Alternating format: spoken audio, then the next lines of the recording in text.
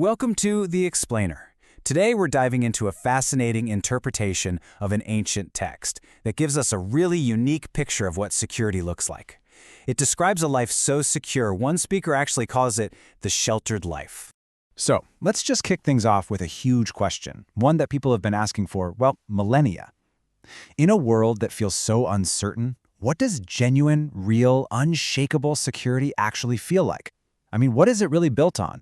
Well, the answer we're digging into today comes from a text that's about 3,000 years old, Psalm 16 to be exact, and it describes this state of being that's not just about, physical safety, but about a deep internal kind of refuge. Now, what makes this psalm so powerful is the context. According to the source material for today's explainer, King David didn't write this on a battlefield or when he was running for his life. Nope. This is a quiet, a happy, a reflective psalm.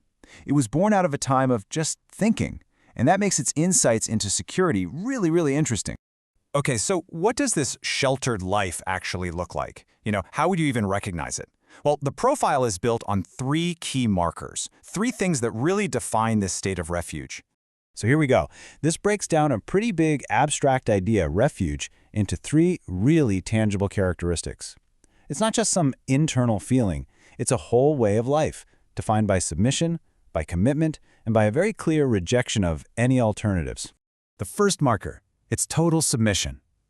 It's this really radical acknowledgement that all of your ultimate good, and we're talking everything from money and power to your own personal well-being, it all comes from one single divine source. It's basically a declaration of complete and total dependence. Marker number 2 is a deep, deep commitment to the community of faith. And this isn't just about showing up to a group. It's about finding genuine delight, actually seeing excellence in the people around you, your fellow believers. Security, in this view, isn't found by yourself, but right in the middle of this shared experience.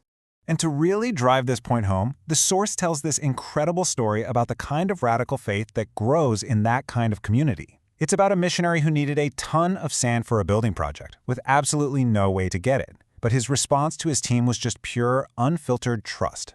And the punchline? It just shows you the kind of trust that's at the very heart of this sheltered life.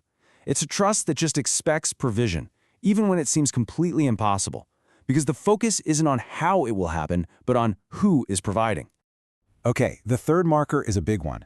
It's a firm rejection of what we might call pluralism. The idea that all spiritual roads lead to the same place. David is crystal clear here. He says he won't even participate in or even speak the names of other forms of worship. It's a conscious and very exclusive choice. And this just goes to show that this sheltered life demands a radical, no-compromise kind of commitment.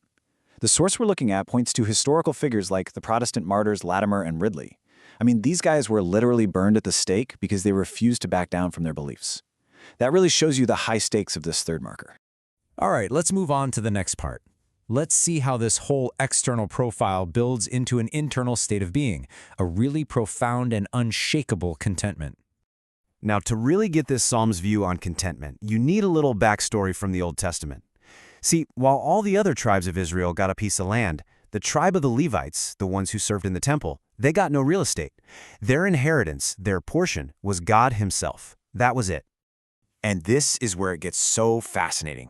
David, who was a king, he had land, armies, a palace, the whole shebang. He echoes the Levites here. He claims that his real, beautiful inheritance isn't his kingdom, but God alone. He's expressing this deep, deep contentment with God as his ultimate treasure, way above anything else.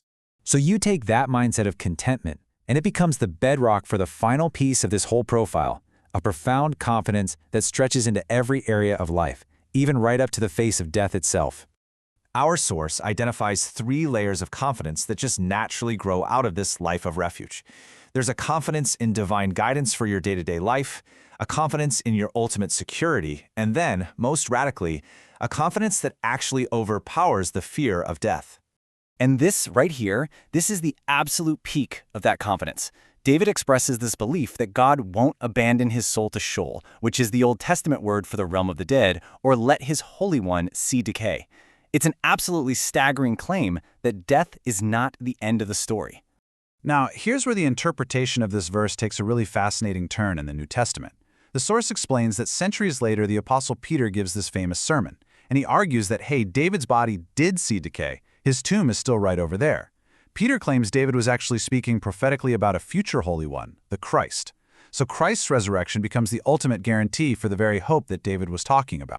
So, where is all of this heading? This life of submission, community, contentment, and confidence, well, it doesn't just end with feeling safe.